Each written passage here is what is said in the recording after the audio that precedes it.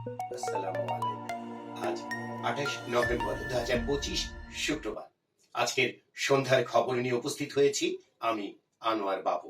প্রথমে সংবাদ শিরোনাম, এরপর বিস্তারিত। খালেদা জিয়ার শারীরিক অবস্থা অত্যন্ত সংকট। বিএনপি প্রার্থী ঘোষণার পর থেকে প্রতিবাদ বিক্ষোভ, স্বতন্ত্র নির্বাচনের ঘোষণা এক নেতা। সোশ্যাল মিডিয়া ব্যবহার করে মব তৈরি করা হচ্ছে বললেন মির্জা ফখরুল ইসলাম আলমগীর। ময়মনসিংহে বন্ধুকে কুপিয়ে হত্যার পর এক তরুণ উড়ালহাটে থানা। দুদকের জালে ঢাকা উত্তর সিটি কর্পোরেশনের প্রশাসক মোহাম্মদ এজাজ। মগবাজারে ছুরিকাঘাতে 2 শিক্ষার্থী আহত। 7 দিনে 7 ভূমিকম্প, 4টির উৎপত্তি নরসিংদীতে। প্লট বরাদ্দের দুর্নীতি, হাসিনা জয় পুতুলের সাজা। এনসিপির নেতৃত্বে জোট গঠন পেছালো। ভোটের সময় বিচারিক ক্ষমতা সহ মাঠে থাকবে সেনাবাহিনী। দেশে চলতি বছরে 10 মাসে খুন হয়েছে 3,230 জন। সেই হিসেবে প্রতিদিন খুন হচ্ছে প্রায় 11 জন। সবচেয়ে বেশি হত্যাকাণ্ডের ঘটনা ঘটেছে ঢাকায় এবং কম বরিশাল বিভাগে। 20 কোটি টাকা নিয়ে সাউথ ইস্ট ব্যাংকের কর্মকর্তা উধাও, উদ্বেগে গ্রাহক। ঘটনাটি ঘটেছে কেরানীগঞ্জের আটিবাজার শাখায়। পাবনায় বিএনপি জামায়াত সংঘর্ষ, গুলি, গাড়ি ভাঙচুর। জামায়াতে ইসলামীর নেতা শাহজাহান চৌধুরী চট্টগ্রামে বলেছেন, আমার নাম শাহজাহান চৌধুরী, আমি শুনতেছি অনেকজন নাকি উল্টাপাল্টা বলতেছে। খবরদার খবরদার খবরদার, আমার নাম শাহজাহান চৌধুরী, আমাকে যারা চিনেনি তারা এখনো মাটির নিচে বসবাস করে। আনিসুল ইসলাম মাহমুদের নেতৃত্বাধীন জাতীয় পার্টি এবং আনোয়ার হোসেন মঞ্জুর নেতৃত্বাধীন জাতীয় পার্টি জেপি ঐক্যবদ্ধভাবে আগামী জাতীয় নির্বাচনে অংশ নেওয়ার সিদ্ধান্ত নিয়েছে। এই লক্ষ্যে দল দুটোর নেতৃত্বে একটি রাজনৈতিক জোট করার প্রক্রিয়া চলছে। সব ঠিক থাকলে সপ্তাহখানেকের মধ্যে জোটের আনুষ্ঠানিক ঘোষণা আসতে পারে। গাজীপুরের শ্রীপুরে তুচ্ছ ঘটনাকে কেন্দ্র করে একটি মাদ্রাসার 5 শিক্ষার্থীকে এলোপাতাড়ি ছুরিকাঘাতে গুরুতর আহত করার অভিযোগ উঠেছে এক শিক্ষার্থীর বিরুদ্ধে। আহত শিক্ষার্থীদের মধ্যে 3 জনের অবস্থা আশঙ্কাজনক। অভিযুক্ত ও আহত সবাই একই প্রতিষ্ঠানের শিক্ষার্থী। উপজেলার বর্মি ইউনিয়নের গারারন খলিলিয়া বহুমুখী ফাজিল মাদ্রাসায় গতকাল বৃহস্পতিবার দুপুরে এই ঘটনা ঘটে। নবম গ্রেডে বেতন নির্ধারণ, দ্রুত স্বতন্ত্র মাধ্যমিক শিক্ষা অধিদপ্তর গঠন সহ 4 দফা দাবি বাস্তবায়ন না হলে আগামী সোমবার থেকে বার্ষিক পরীক্ষা ও ভর্তি কার্যক্রম বর্জন করে শাটডাউন কর্মসূচি ঘোষণার হুঁশিয়ারি দিয়েছেন সরকারি মাধ্যমিক বিদ্যালয়ের শিক্ষকরা। আন্তর্জাতিক খবরে দেখা যাচ্ছে ইন্দোনেশিয়ায় শক্তিশালী ভূমিকম্পের আঘাত। বিনোদনের খবরে রয়েছে আজ অভিনেত্রী দীপা খন্দকারের জন্মদিনের খবর। এই ছিল আজকের খবরের প্রধান প্রধান শিরোনাম। এবার বিস্তারিত। খালেদা জিয়ার শারীরিক অবস্থা অত্যন্ত সংকটময়। এই খবরের ভেতরে দেখা যাচ্ছে বিএনপির চেয়ারপারসন ও সাবেক প্রধানমন্ত্রী খালেদা জিয়ার শারীরিক অবস্থা সংকটময় বলে জানিয়েছেন দলের মহাসচিব মির্জা ফখরুল ইসলাম আলমগীর। খালেদা জিয়া হাসপাতালে ভর্তি উল্লেখ করে তিনি বলেন, গতকাল রাতে ডাক্তাররা বলেছেন তার শারীরিক অবস্থা অত্যন্ত সংকটময়। আজ শুক্রবার রাজধানীর নয়াপল্টন জামে মসজিদে দোয়ার আয়োজনে মির্জা ফখরুল এসব কথা বলেন। এ সময় আরো উপস্থিত ছিলেন বিএনপির জ্যেষ্ঠ যুগ্ম মহাসচিব রুহুল কবির রিজভী। খালেদা জিয়ার সুস্থতা কামনা করে আজ সারা দেশে মসজিদে মসজিদে দোয়ার আয়োজন করে বিএনপি। নয়াপল্টনে মসজিদে মির্জা ফখরুল ইসলাম আলমগীর বলেন, গণতান্ত্রিক উত্তরণে সবচেয়ে বড় অবদান খালেদা জিয়ার। গণতন্ত্রকে প্রতিষ্ঠার জন্য তিনি লড়াই করেছেন, সংগ্রাম করেছেন, কারাবরণ করেছেন, নির্যাতিত হয়েছেন। সর্বশেষ তিনি অসুস্থ হয়ে হাসপাতালে ছিলেন। আপনারা জানেন 2-3 দিন ধরে তিনি আবার অসুস্থ হয়ে এভার কেয়ার হাসপাতালে ভর্তি রয়েছেন। এই জন্য আমরা আমাদের দলের পক্ষ থেকে গণতন্ত্রের নেত্রী, গণতন্ত্রের মাতা খালেদা জিয়ার রোগ মুক্তির জন্য সারা দেশের জনগণের কাছে বাদ জুমা দোয়া চেয়েছি। বিএনপির প্রার্থী ঘোষণার পর থেকে প্রতিবাদ বিক্ষোভ, স্বতন্ত্র নির্বাচনের ঘোষণা এক নেতা। এই খবরের ভেতরে দেখা যাচ্ছে চট্টগ্রাম জেলার দক্ষিণের 5টি আসনের মধ্যে এখন পর্যন্ত 2টিতে প্রার্থী ঘোষণা করেনি বিএনপি।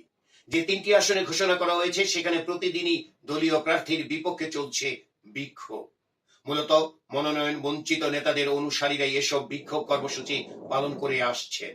এরই মধ্যে একটি আসনে দলীয় মনোনয়ন না পেয়ে স্বতন্ত্র প্রার্থী হিসেবে নির্বাচনে অংশগ্রহণের ঘোষণাও দিয়েছেন বিএনপির এক নেতা। দক্ষিণের যে 2টি আসনে বিএনপির প্রার্থী ঘোষণা করেনি, জোট গঠন হলে এসব আসনে এলডিপিকে ছেড়ে দেওয়া হতে পারে এমন আলোচনা রয়েছে। এদিকে চট্টগ্রাম দক্ষিণের 5টি আসনে দলীয় প্রার্থী ঘোষণা করে 8 মাস ধরে প্রচারণা চালিয়ে আসছে জামায়াতে ইসলামী। এছাড়া জাতীয় নাগরিক পার্টি এনসিপি, ইসলামী আন্দোলন সহ কয়েকটি দলের সম্ভাব্য প্রার্থীরাও মাঠে রয়েছেন। সোশ্যাল মিডিয়া ব্যবহার করে মব তৈরি করা হচ্ছে, মির্জা ফখরুল ইসলাম আলমগীর একথা আজ বলেছেন। এই খবরের ভেতরে দেখা যাচ্ছে সোশ্যাল মিডিয়া অর্থাৎ সামাজিক যোগাযোগ মাধ্যম এখন শুধু বাংলাদেশেই নয়, সারা পৃথিবীতেই একটা বড় সংকট হয়ে দাঁড়িয়েছে বলে মন্তব্য করেছেন বিএনপির মহাসচিব মির্জা ফখরুল ইসলাম আলমগীর। এ প্রসঙ্গে তিনি বলেন, সোশ্যাল মিডিয়ায় কোনো দায়বদ্ধতা নেই, এখানে যা খুশি তা বলা যায়।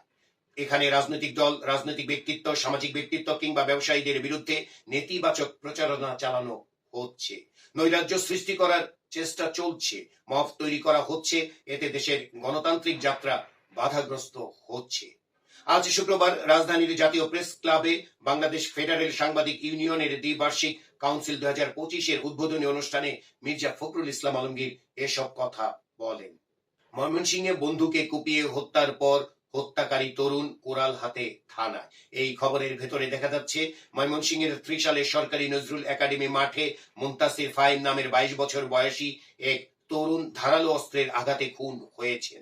তার বন্ধু ওহিদুল ইসলাম, যার বয়স 22 বছর, তার বিরুদ্ধে হত্যার অভিযোগ উঠেছে। গতকাল বৃহস্পতিবার রাত 8:45-টার দিকে এই ঘটনা ঘটে।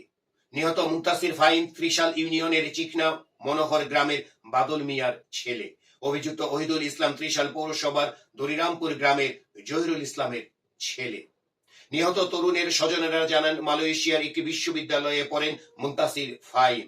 4 মাস আগে দেশে আসেন তিনি। আগামী শনিবার তার মালয়েশিয়া যাওয়ার কথা ছিল। 25 ডিসেম্বর ক্লাস শুরু হওয়ার কথা।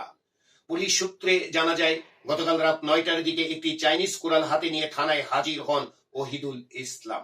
তিনি পুলিশকে বলেন, ফাহিম আমার জীবন নষ্ট করে দিয়েছে, তাই তাকে চাইনিজ কুড়াল দিয়ে কুপিয়ে হত্যা করেছি।